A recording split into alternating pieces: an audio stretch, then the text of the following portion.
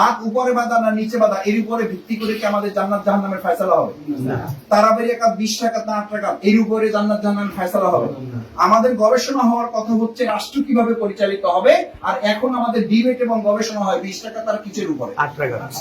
এটা জাতির জন্য দুর্ভাগ্য ছাড়া আর কিছুই নয়। আমি মনে করি আল্লাহ আমার ধারণা যেন মিথ্যা প্রমাণ করেন। আমাদের এই মুসলিম উম্মাহকে বিভ্রান্ত করার জন্য কোন একটা গোষ্ঠী বা কোন একটা চক্র আমাদের আলেম সমাজকে দিয়ে এটা করিয়ে মুসলিম উম্মাহকে মূল কাজ থেকে আমাদেরকে দূরে রাখতে চায়। ঠিক ঠিক। আলহামদুলিল্লাহ ওয়াসসালাতু ওয়াসসালামু আলা রাসূলিল্লাহ ওয়া আলা আলিহি ওয়া সাহবিহি আজমাইন। আসসালামু আলাইকুম ওয়া রাহমাতুল্লাহি ওয়া বারাকাতুহু। ওয়া আলাইকুম আসসালাম। আমরা শুকরিয়া আদায় করছি আল্লাহ সুবহানাহু ওয়া তাআলা আমাদেরকে রমাদান শেষ করে ট্রেনিং পর্ব আমরা শেষ করেছি।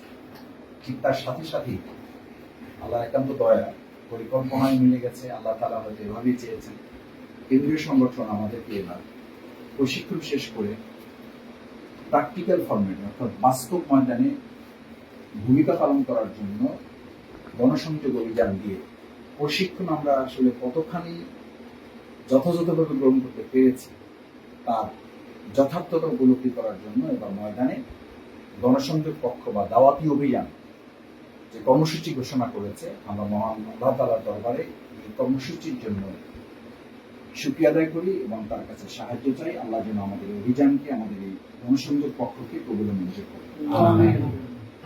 সম্মানিত ভাইয়েরা, আল্লাহ তাআলা পৃথিবীতে আমাদেরকে পাঠিয়েছেন একটা মিশন, একটা ভিশন দিয়েছেন, লক্ষ্য, একটা টার্গেট দিয়েছেন।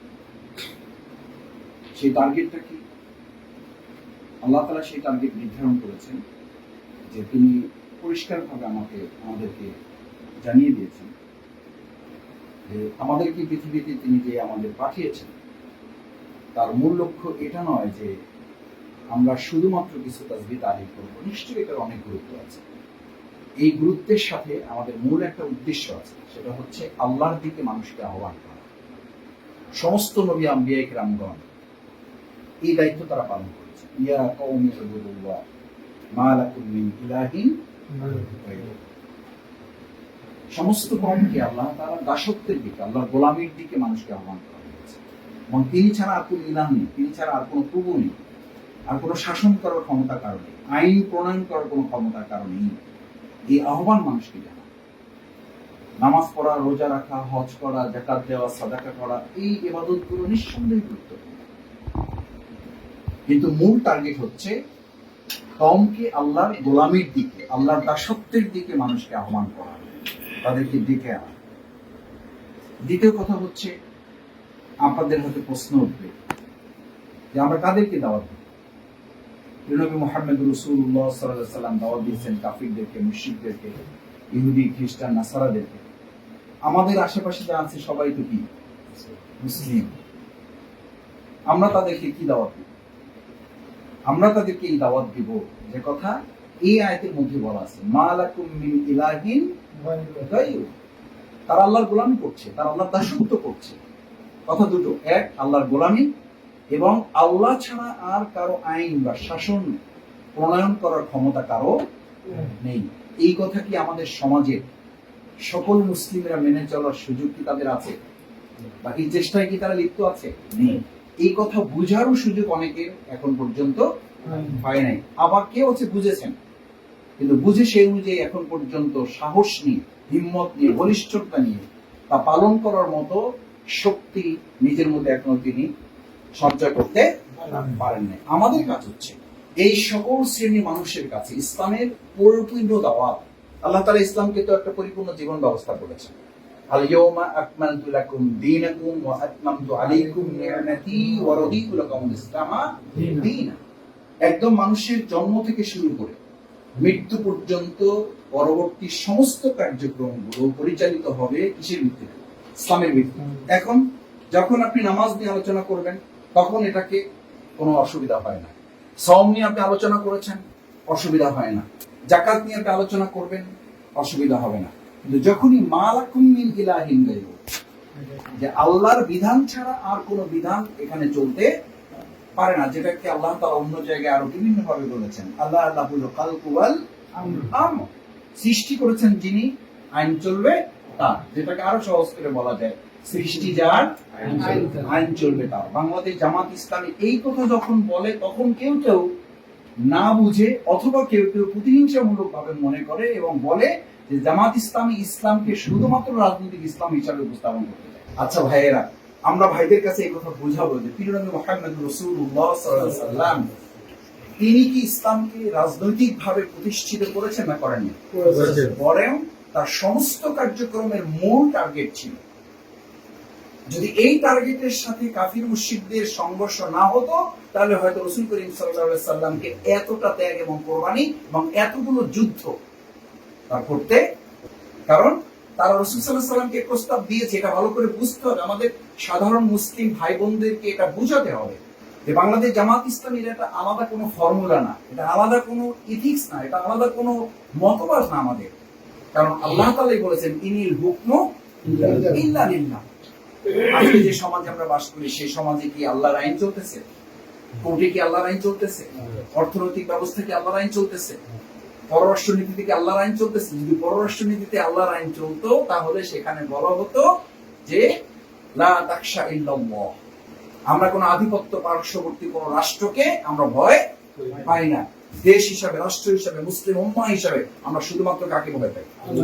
সেই নীতি থেকে বাংলাদেশ চলছে।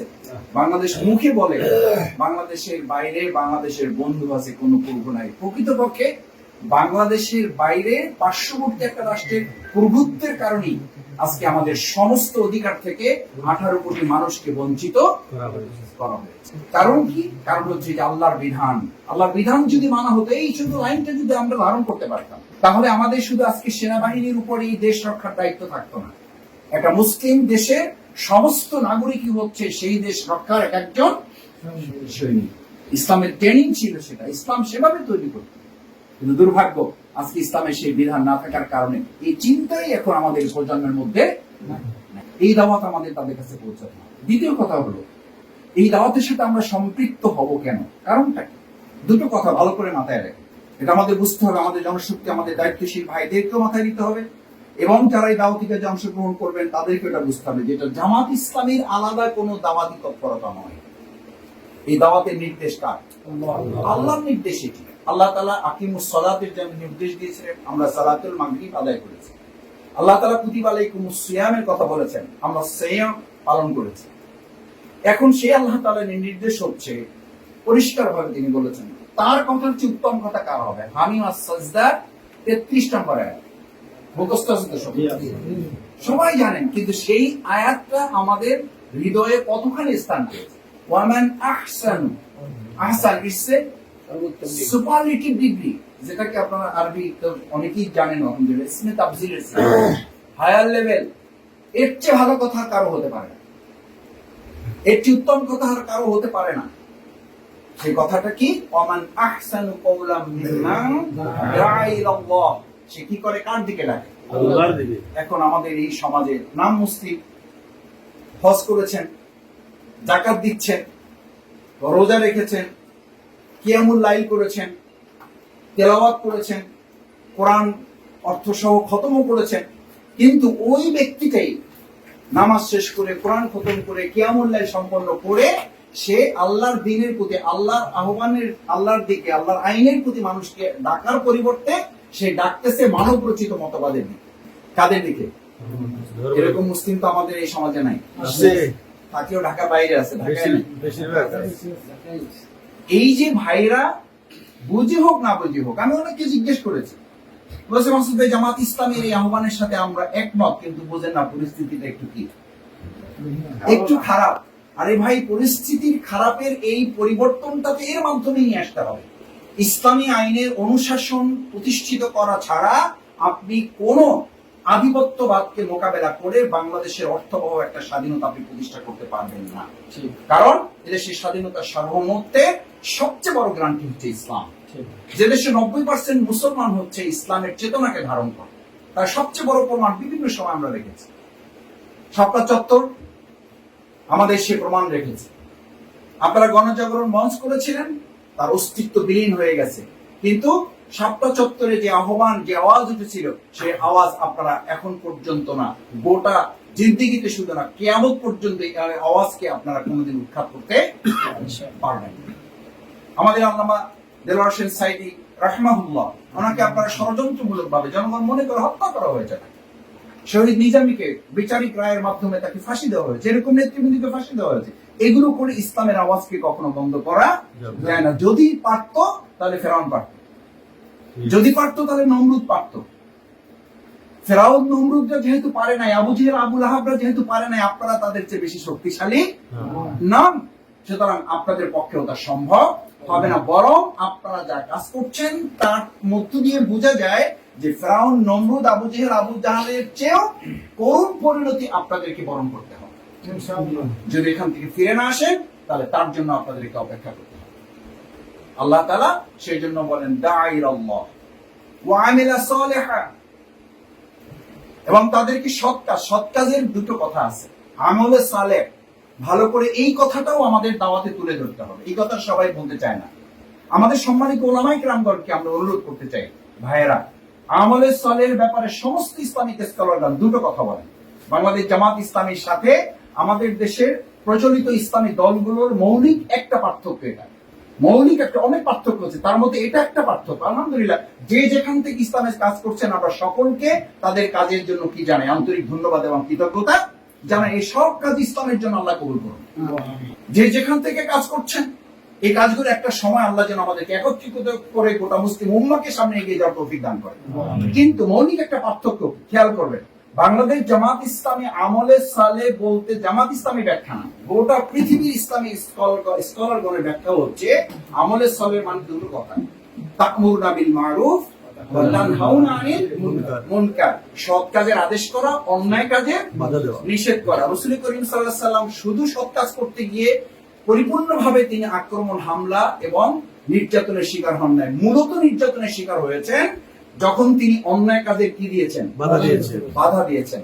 বাংলাদেশ জামাত ইসলামীও আজকে যদি শুধু সৎ কাজের কথা বলে, অন্যায় কাজের কোনো প্রতিবাদ যদি আমরা না করি, টিপাই মুখ বাদ দিয়ে যদি আমরা প্রতিবাদ না করতাম, আমরা যদি এদেশে ইসলাম বিরোধী যে কার্যকলাপগুলো হচ্ছে এগুলো নিয়ে যদি আমরা প্রতিবাদ না করতাম, আমাদের শহীদ নেতৃবৃন্দ যখন জাতীয় সংসদে ছিলেন মদের বিরুদ্ধে কথা বলেছেন, শিক্ষা ব্যবস্থায় অনইসলামিক পদ্ধতি যেগুলো ঢুকানো হয়েছে সেগুলো নিয়ে কথা বলেছেন, ইসলামাইজেশনের জন্য তারা কথা বলেছেন, তখনই আমাদের নেতৃবৃন্দকে তারা টার্গেট করেছে এবং তাদেরকে হত্যা করে এই ইসলামিক পরিকল্পনাগুলো বাস্তবায়ন করে যেন একটা ইসলামিক কল্যাণমূলক রাষ্ট্র প্রতিষ্ঠিত না হয়, সেই টার্গেট বাস্তবায়নের লক্ষ্যে মূলত আমাদের নেতৃবৃন্দকে হত্যা করা হয়েছে। এবং আজকে কয়েক লক্ষ মামলা দিয়ে হাজার হাজার নয় লক্ষ লক্ষ নেতাকর্মীকে জেলখানায় ঢুকানো হয়েছে এবং তাদেরকে নির্যাতন নিপীড়ন করা হয়েছে।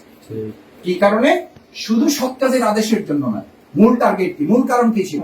আমরা সৎ কাজের আদেশও করেছি, অসৎ কাজে নিষেধ করেছে। আজকের বাংলাদেশ নামক এই জমিনটা কিসে দখল করা আছে? আগাছায় দখল করা আছে। আমাদের দাওয়াত হবে আনিয়াবুদুল্লাহ। দাওয়াতের দুটো শর্ত, আনিয়াবুদুল্লাহ, ভাইয়েরা, আল্লাহর দাসত্ব করতে হবে, আল্লাহর গোলামি করতে হবে, নামাজ রোজা হজ যাকাত করতে হবে। কেউ কেউ আবার বলেন, আমাকে অনেকে ফোন করে বলেন, মাসুদ ভাই আপনার বক্তব্য ভালোই লাগে, কিন্তু আপনি যে অনেক সময় কথা বলেন মনে হয় যে নামাজ রোজা হজ যাকাতের প্রতি একটু গুরুত্ব কি হয়ে যায়, কম হয়ে যায়। আমি তখন তাকে বলি যে ভাই, আল্লাহর রাস্তায় মাফ করেন, ভুল বুঝছেন না আমার কথা ভুল বুঝছেন না। আল্লাহ তাআলা পৃথিবীতে আমাদেরকে পাঠানোর মূল উদ্দেশ্যটা কি, টার্গেটটা কি? টার্গেট কি নামাজ, টার্গেট কি রোজা, টার্গেট কি হজ, টার্গেট কি যাকাত? টার্গেট তো হচ্ছে আগাছা দমন করে এই ফসলটা ফলানোর জন্য আল্লাহ রাসূল সাল্লাল্লাহু আলাইহি ওয়াসাল্লামের মাধ্যমে দুনিয়াটাকে পরিচয় করে দিয়েছে। আর দুনিয়া মাজরাতুল আখিরাহ, এটা কোথাকার শস্যক্ষেত্র? আখিরাতের শস্যক্ষেত্র। তো সেই শস্যক্ষেত্রে আপনি ফসল ফলাইছেন, সেখানে এখন কি হয়েছে? এখন আগাছা দমন করার সিদ্ধান্ত নিতে হবে না হবে না? হবে। আর যদি আপনি মনে করেন যে না, এই ব্যাপারে আমার কোনো ভূমিকা নেই, আমি এই সমস্ত নিয়ে কি করতে চাই না, ঝামেলায় জড়াতে চাই না, আল্লাহ তাআলার ফয়সালা, আল্লাহই ফসল দিয়েছে, আল্লাহই আগাছা দিয়েছে, আর এই গাছটা আমি লাগাইও নাই, কে দিয়েছে? আল্লাহ দিয়েছে। দায়িত্ব আল্লাহর।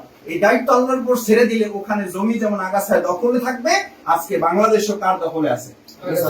আগাছার দখলে আছে। এই দাওয়াত আমাদের মানুষের কাছে পৌঁছে হবে, পারা যাবে ইনশাআল্লাহ। 3 নম্বর কথা হচ্ছে আমিলাস সালিহা ওয়া ক্বালা ইন্নানি মিনাল মুসলিমিন, এবং সে সৎ, মানে স্পষ্ট ভাবে হীনমন্যতা না, দাওয়াতি কাজের এটা একটা বড় কর্তব্য। এই আপনারা যারা এখানে অসংখ্য দায়িত্বশীল আছেন, এটা আপনাদের মাথায় রাখতে হবে।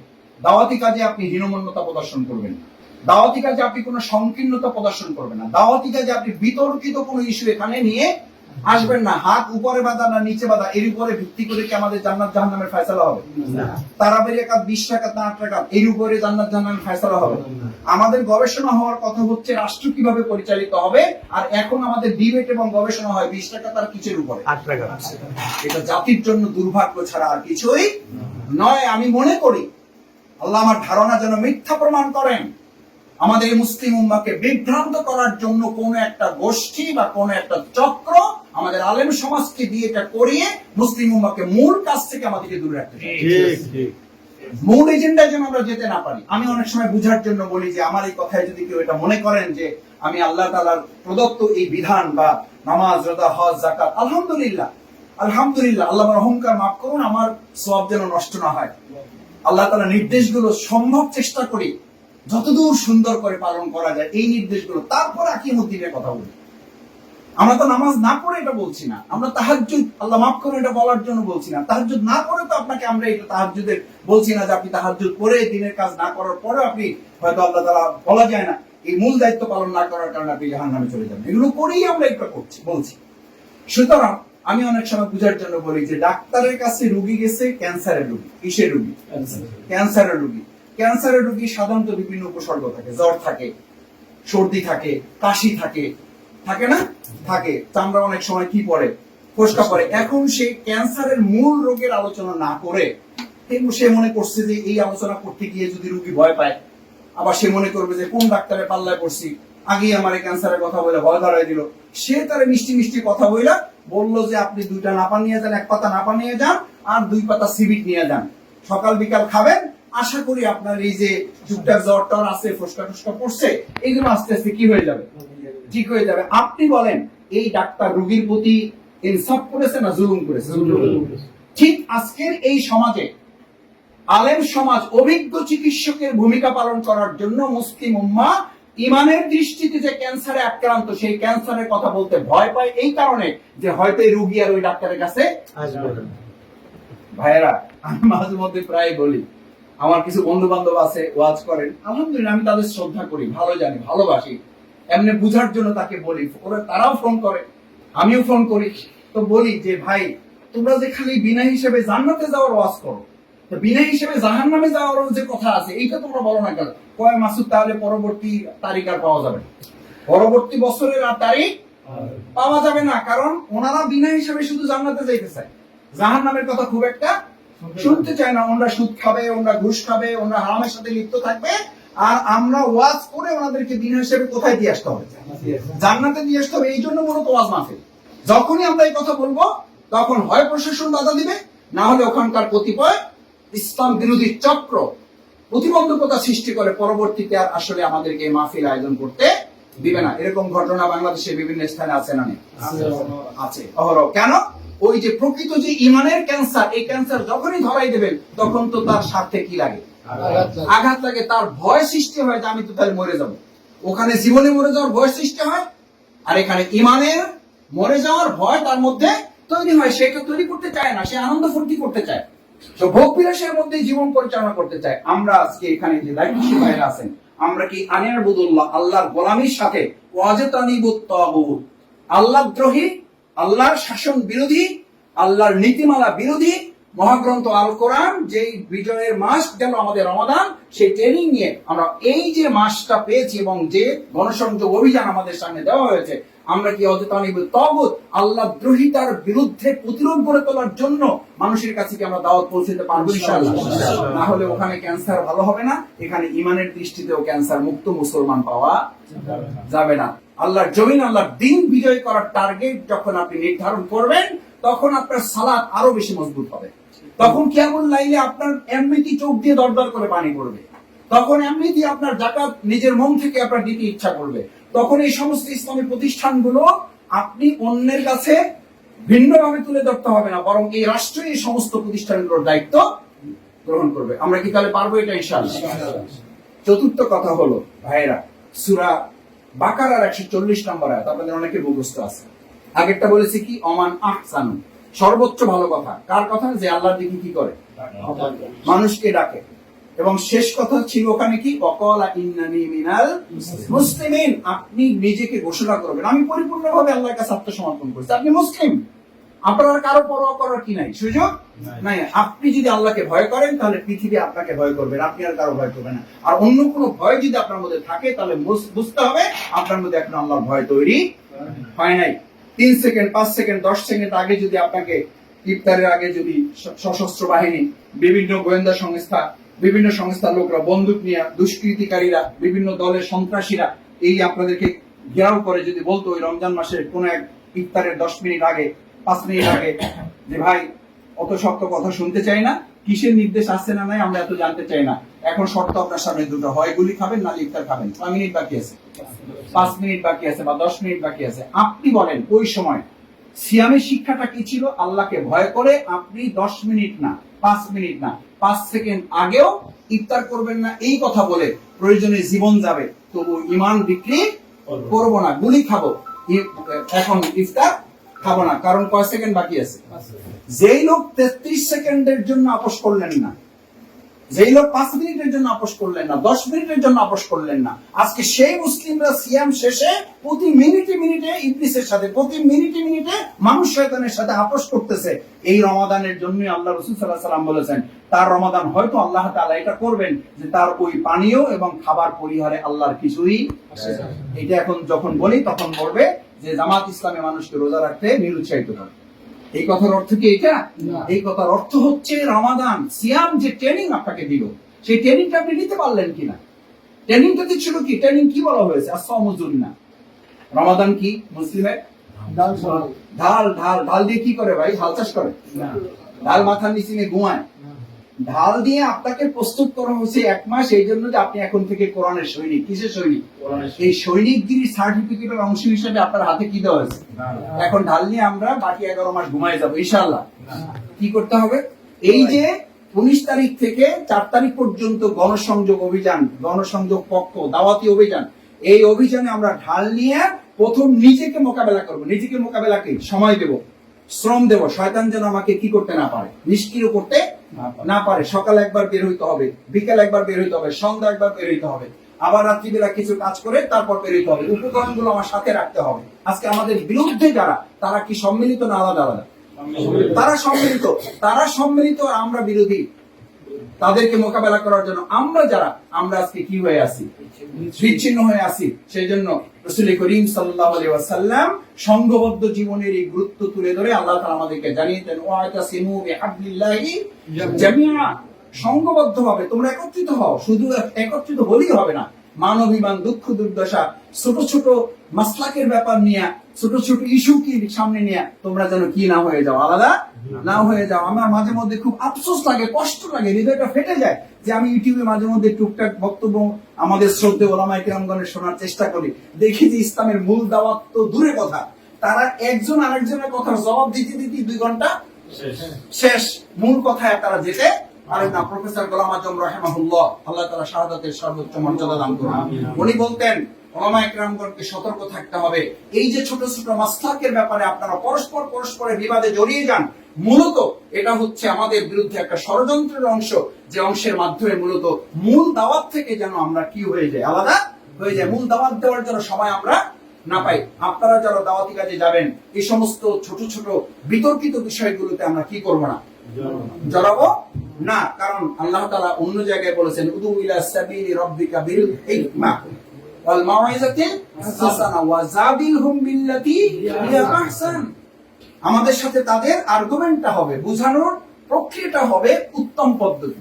জাবিলহুম বিল্লাতী হিয়া আহসান, এখানে সুপারলেটিভ, উত্তম পদ্ধতিতে, সর্বোত্তম পদ্ধতিতে আমরা তাদেরকে বুঝাবো ইনশাআল্লাহ। সেক্ষেত্রে ধৈর্য ধারণ করতে পারবো তো আমরা ইনশাআল্লাহ, ধৈর্য ধারণ করবো। সেই জন্য শেষ কথা যেটা বলছি, আল্লাহ রাসূল সাল্লাল্লাহু আলাইহি সাল্লাম সূরা আল ইমরান, সূরা আল বাকারা 140 নম্বর আয়াত, যেখানে আল্লাহ তাআলা ওখানে বলছেন ওমান আহসানু কাওলাম মিম্মান দাআ ইলাল্লাহ, আর এখানে আল্লাহ তাআলা বলছেন ওমান আযলামু মিম্মান কাতামা শাহাদাতান ইনদাল্লাহ।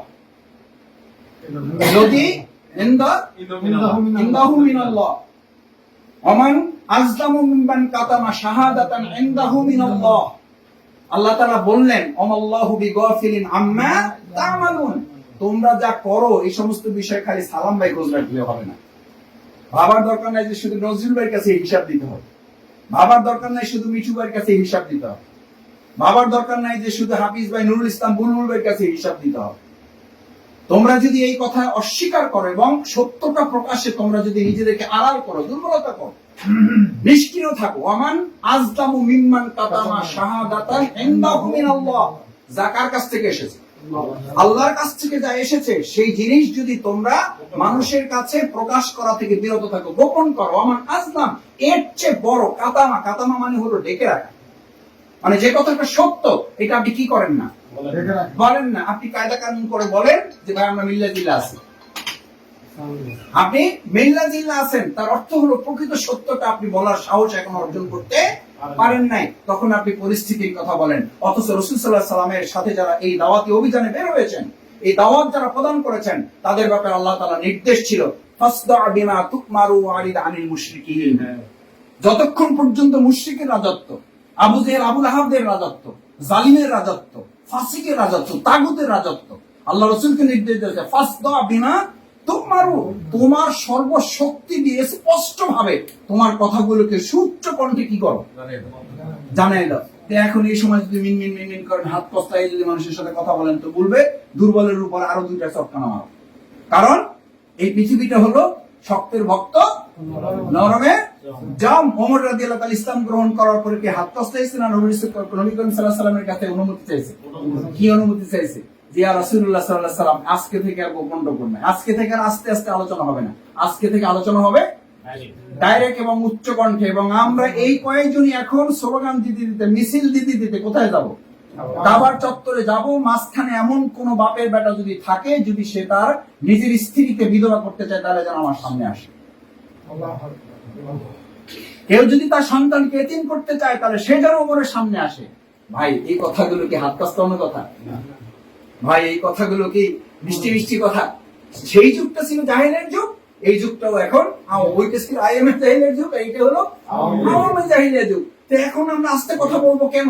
আমাদের কথা যেন তাদের বুকে কাঁপন ধরে যায়।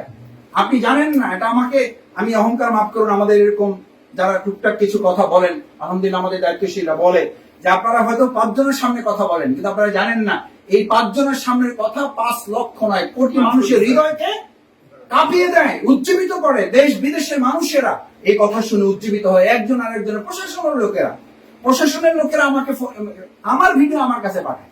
আলহামদুলিল্লাহ, এটা আমাদের কোনো কৃতিত্ব নয়, এটা আমাদের দায়িত্বশীলদের। এই কোরআন হাদিসের স্পষ্ট কথা মানুষ শুনতে চায়। আজকে খেয়াল করবেন, বিভিন্ন ওয়াজ নসিহত গুলো, আগে সেই কিস্সা কাহিনীর গল্পের ওয়াজ এখন আর সাধারণ মানুষ শুনতে চায় না, ওখানে এখন আর কেউ যায় না। এখন সবাই কি চায়? ইসলামের মূল কথাগুলো শুনতে চায়। আমি এবার এই যে ঈদের পরে যে জুমা গেল, সাধারণ এক মসজিদে আমি নামাজ পড়তে দাঁড়িয়েছি, নামাজ আমি সুন্নাত শেষ করতে পারি নাই।